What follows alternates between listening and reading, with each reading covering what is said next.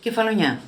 Το πανέμορφο νησί του Ιωνίου, το οποίο πολύ συχνά ακούγεται για τις παραδόσεις του, είτε για τα κατά καιρούς ιστορικά γεγονότα που έλαβαν χώρα σε αυτό, είτε για τις φυσικές του ομορφιές, τα γεωλογικά του φαινόμενα, γιατί όχι, και για τις παραξενιές του και το ιδιόμορφο του χαρακτήρα των κατοίκων του, κατά τον Αριστοτέλη πάντα, αλλά και για άλλα που για εξοικονόμηση χρόνου δεν θα σας αναφέρουμε τώρα.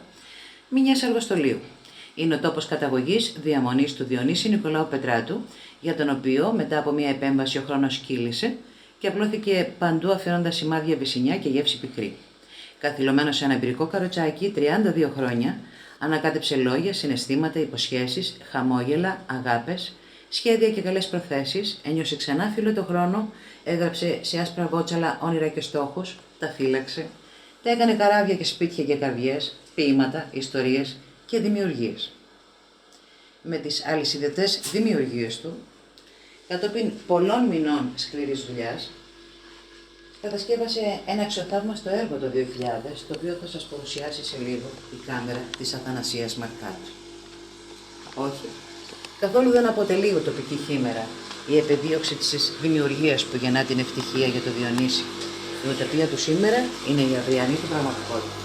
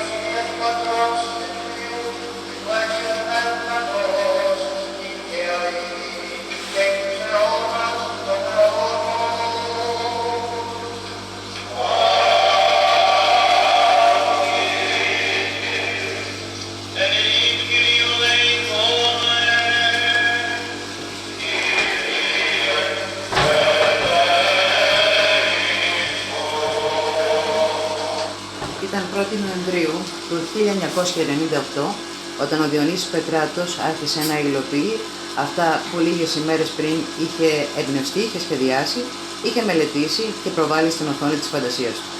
Πάντοτε η επιθυμία του ήταν να παρουσιάσει κάτι διαφορετικό, κάτι χρήσιμο, κάτι που να πληρεί αναγκαιότητες και απαιτήσεις του 21ου αιώνα. Και το σπουδαιότερο, ήθελε κάτι που να θυμίζει για πάντα ένα αφιέρωμα από την Κεφαλονιά στην επέτειο των 2.000 χρόνων από τη γέννηση του Χριστού, που συμπληρώθηκαν 25 Δεκεμβρίου του 2000. Έτσι άρχισε λοιπόν με την κατασκευή ενός πεντάγωνου ποδονοστασίου, τηρώντας πάντοτε αυστηρά κλίμακα 1/50 και εφαρμόζοντας πάντοτε τις αποθηκευμένες στο νου του εμπνεύσεις του, μα και τις νέες ιδέες που αποκτούσε κατά την πορεία της δημιουργίας του. Συχνά μετέτρεπε και αφαιρούσε κάτι που θεωρούσε ότι δεν προσέδιδε χάρη, αρμονία, ομορφιά, μα και λειτουργικότητα. Και πάλι βέβαια, εάν ήθελε ποτέ εκτελεστεί η κλίμακα 1/50, σε πραγματικό μέγεθος, σε όποιο από τα περιεχόμενα στο έργο κτίσματα ή άλλα αντικείμενα. Πριν από κάθε τελική τοποθέτηση των διαφόρων τμήματων, είτε ένα ελαστικός επιδεσμός ή κάποιες φικτήρες βοηθούσαν στην προσωρινή στερέωσή τους, ώστε να δίνεται η ευκαιρία στον δημιουργό του να κρίνει, να μελετά και να αποφασίζει το καλύτερο, το πλέον αρμόζον, το πλέον αρεστό. Συγχρόνως και μέρη του ναού αρχίζουν να κατασκευάζονται και να συναρμολογούνται πρόχειρα πριν από την επένδυσή τους με ξύλο, για τους λόγους που μόλις προανέφερα. Η παράξενη σκεπή της κυκλικής εκκλησίας παίρνει μορφή. Είναι έτοιμη και αυτή να δεχθεί την επένδυση από ξύλο αλλά και άλλων υλικών. Και επανερχόμαστε στα μέρη του κοδωνοστασίου, που σε αυτή τη φάση είναι επενδυμένα με ξύλο και φέρουν αρκετό και πλούσιο διάκοσμο. Με μια πρόχειρη συναρμολόγηση των τεμαχίων του κοδωνοστασίου, μελετάται και πάλι καλώς από τον κατασκευαστή του το εάν η εμφάνιση του έργου είναι καθόλου η καλύτερη. Όμως δεν φαίνεται να ικανοποιείται. Και αυτό συμπεραίνεται από τη μετέπειτα προσθήκη διαφόρων αντικειμένων και από τον εμπλουτισμό της εμφάνισης με λαμπρό διάκοσμο. Επανειλημμένες επανεξετάσεις δείχνουν ότι δεν ικανοποιούν εύκολα το Διονύση. Γι' αυτό για μερικούς μήνες στρέφει όλη του την προσοχή στην πρόθεση κατασκευής μερών του κτηρίου της εκκλησίας. Οι μεγάλες οπές στη λιχοποιία είναι έτοιμες να δεχτούν τα πολύχρωμα κυκλικά παράθυρα, τις θύρες και την πέριξη αυτών ανάλογες κορνίους που έχουν ήδη κατασκευαστεί. Μετά πάροδο αρκετών μηνών εργασίας, η κεντρική σκεπή του ναού, ο τρούλος της με τις 12 παράξενες δέλτα σχημάτων σκεπούλες, ως και οι λοιπές δηλαδή των πρόναων και του ιερού βήματος παίρνουν όψη τελειοποίησης. Σχεδόν όλα είναι έτοιμα.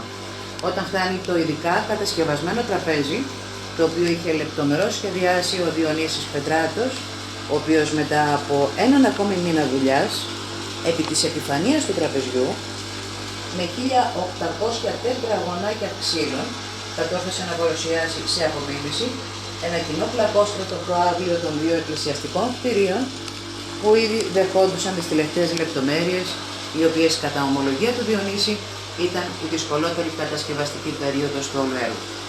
Επιτέλους τα πάντα παίρνουν τη σωστή τους θέση. Η 30η Ιουνίου του 2000 θεωρείται η ημερομηνία αποπεράτωσης του έργου. Τώρα είναι πλέον έτοιμο να δεχθεί ηλεκτροφωτισμό, ηλεκτροκίνηση και ύφη.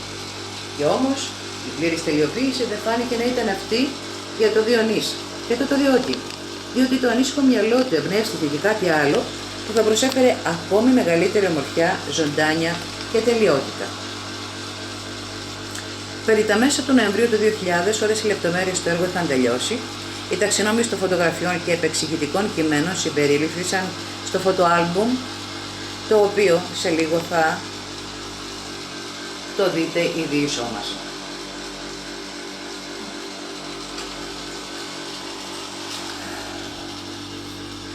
Και τα πάντα γίνονται υπό την επιμέλεια του ίδιου του Διονύση Πετράτου.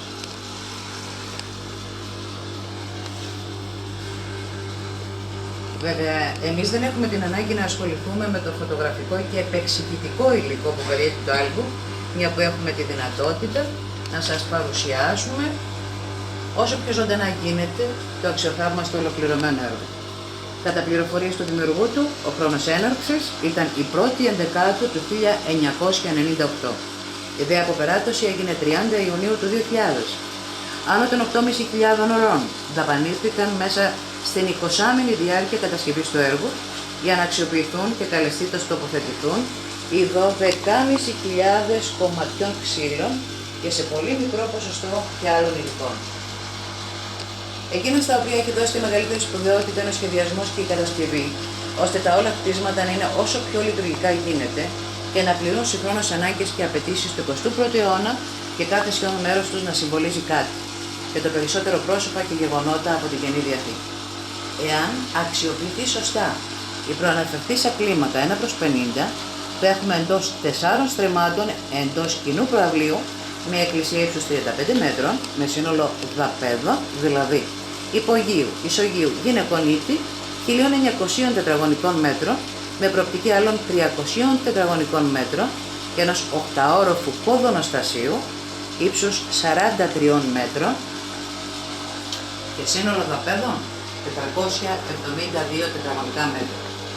Στους χώρους του κοδωνοστασίου μπορούν να στεγαστούν γραφείο εκκλησίας, κηλικείο, τουαλέτες, τραπεζαρία στέγων, χώρος ανελκυστήρα, κατοικία ιερέως, χώροι διδασκαλίας, χώροι αποθήκευσης κλπ. Τέλος, οι δύο άνω όροφοι για τις 10 μελωδικών ήχων καμπάνες σύνολο δαπέδων των 2 ορόφων 52 τετραγωνικών μέτρων. Τόσο το ισόγειο του ναού, όσο και του πόδονοστασίου περιβάλλονται από σκάλες με καλεσθήτως τοποθετημένες αρκετές ράμπες για την εξυπηρέτηση των πάντων. Αν και τα αόρατα εσωτερικά μέρη του έργου δεν έχουν ουδένα διαχωρισμό, διαμόρφωση ή όποιο διάκοσμο, εν τούτοις έχει λεπτομερώς μελετήσει το πώς μπορεί να γίνει.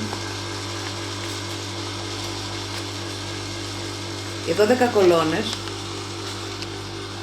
που περιστοιχίζουν τον τρούλο συμβολίζουν τους 12 Αποστόλους, που περιστοιχίζουν τον Χριστό. Τα δε 12 ανοίγματα ή μέγα παράθυρα του τρούλου συμβολίζουν τα 12 Ευαγγέλια που ρίχνουν φως εντός του ναού και πέριξ, σχετικά με το μαρτύριο και τη ζωή του Θεανθρώπου. Από μια άλλη οπτική γωνία, η εικόνα μας παρουσιάζει ολόκληρη την Εκκλησία. Αυτή που λεπτομερώς περιγράψαμε και εξηγήσαμε κατά περίπτωση τμηματικά. Ακολουθώντας πιστά την απόφαση να εξετάζεται, να αναλύεται κάθε κτίσμα του έργου, λεπτομερώς ολικά και κατά μέρος, φτάνουμε στο τέλος της κάλυψής μας. Ωστόσο, μια και προαναφέρθηκα στο ειδικό τραπέζι στήριξης του όλου έργου, θα σας αποκαλύψουμε ότι ένας μηχανισμός αργοπεριστρέφει και έσω-φωταγωγεί το όλο κτίσμα ποδονοστάσιο, ώστε να γίνεται εντόνως εμφανή η τελειότητα όλων των πλευρών του. Κατά την περιστροφή, η βάση του περνά μόλις ελάχιστα χιλιοστά επάνω από το υποτιθέμενο πλακόστρωτο προαύλιο, όπως και την εκκλησία. Έχει πεντάγωνο σχήμα και ανά 2 ορόφους οι 5 γωνίες συμπίπτουν στα κέντρα των 5 πλευρών, των 2 άνωθεν ή των 2 κάτωθεν ορόφων. Η όψη ισογείου και πρώτου ορόφου είναι ακριβώς όμοια με τις 5 πλευρές των ιδίων ορόφων.